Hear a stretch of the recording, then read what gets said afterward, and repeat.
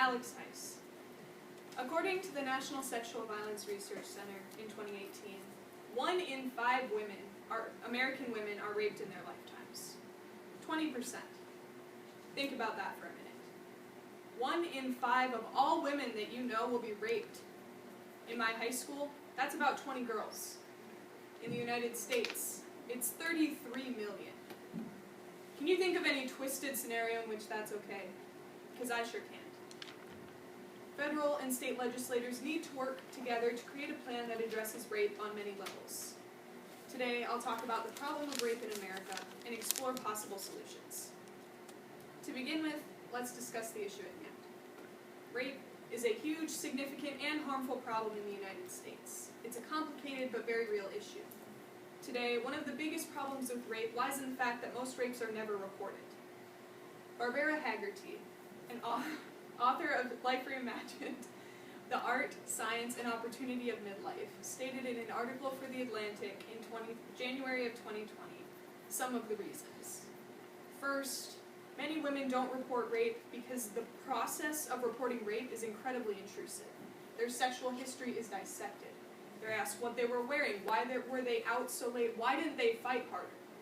If a man were robbed at an ATM, the details wouldn't matter. The simple fact is that there was indeed a robbery. Only with rape do the details seem to matter. Another reason that rape isn't reported is because it's rarely ever prosecuted. Haggerty states that even if a woman does make it to trial, rape is incredibly hard to prove. Usually, they need evidence of putting up a fight. Examples would be cuts, scratches, or bruises. This evidence is very hard to come by, especially if the allegation doesn't occur right away.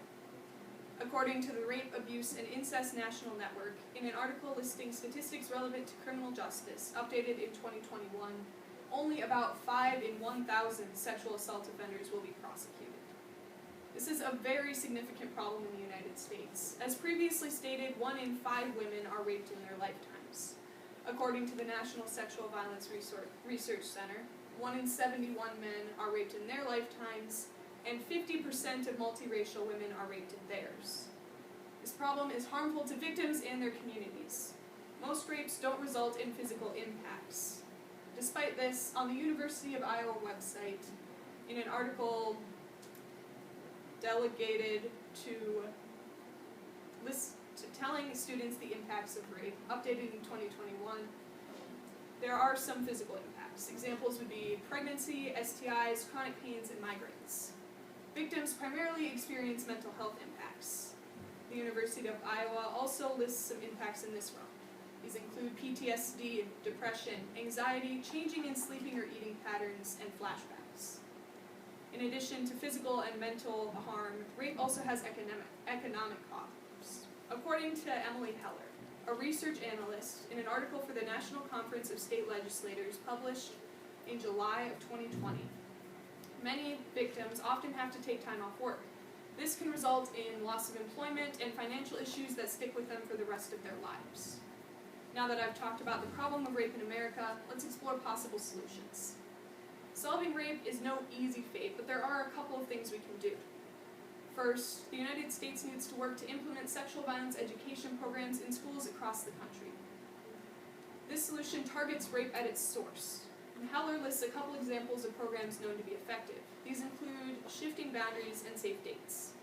This solution is practical, easy to implement, and cost-effective. It's also been proven to work by the CDC. These programs are something we should want. They will help us change the stigma associated with sexual assaults, as well as create safer and more positive communities. A second solution is that mental health professionals should be hired to work on-site at police stations. Sammy Kayola, a graduate in journalism and gender studies, says, Sammy Kayola, a graduate in journalism and gender studies, in an article funded by the University of California published in July of 2020, states that police often have troubles adapting from high-pressure situations on the street to situations where they have to be extremely gentle. In this way, the solution would be beneficial for both police officers and victims. The solution is reasonable and logical. Police already have funding. We simply have to delegate a small portion of that to hiring mental health professionals to work on site. It would be extremely beneficial for victims, investigations would become less intrusive and more compassionate. This would help ease the third degree that they experience while reporting. And men often feel like they can rape women just because they won't do anything about it. This solution would help change that. Finally, the United States Congress should delegate more funding to research regarding sexual violence prevention. Emily Heller states that while certain policies and solutions have proven to be effective, there's still a lot we don't know about sexual violence prevention. Research would solve this problem. It's an easily attainable solution. According to the Center for Budget Control and Policy Priorities, in a budget summary released in 2019, the United States spends about $88 billion every year on research. Simply by redirecting a small portion of that to research on sexual violence prevention, we could better improve our policies in the future. Today, I talked about the problem of rape in America and explored possible solutions. Federal and state legislators need to work together to create a plan that addresses rape on many levels. So today, remember those 1 in 5 girls. Maybe, with enough work, someday we won't have to look around our high schools and college campuses and see future victims. Maybe it could be 0 in 5.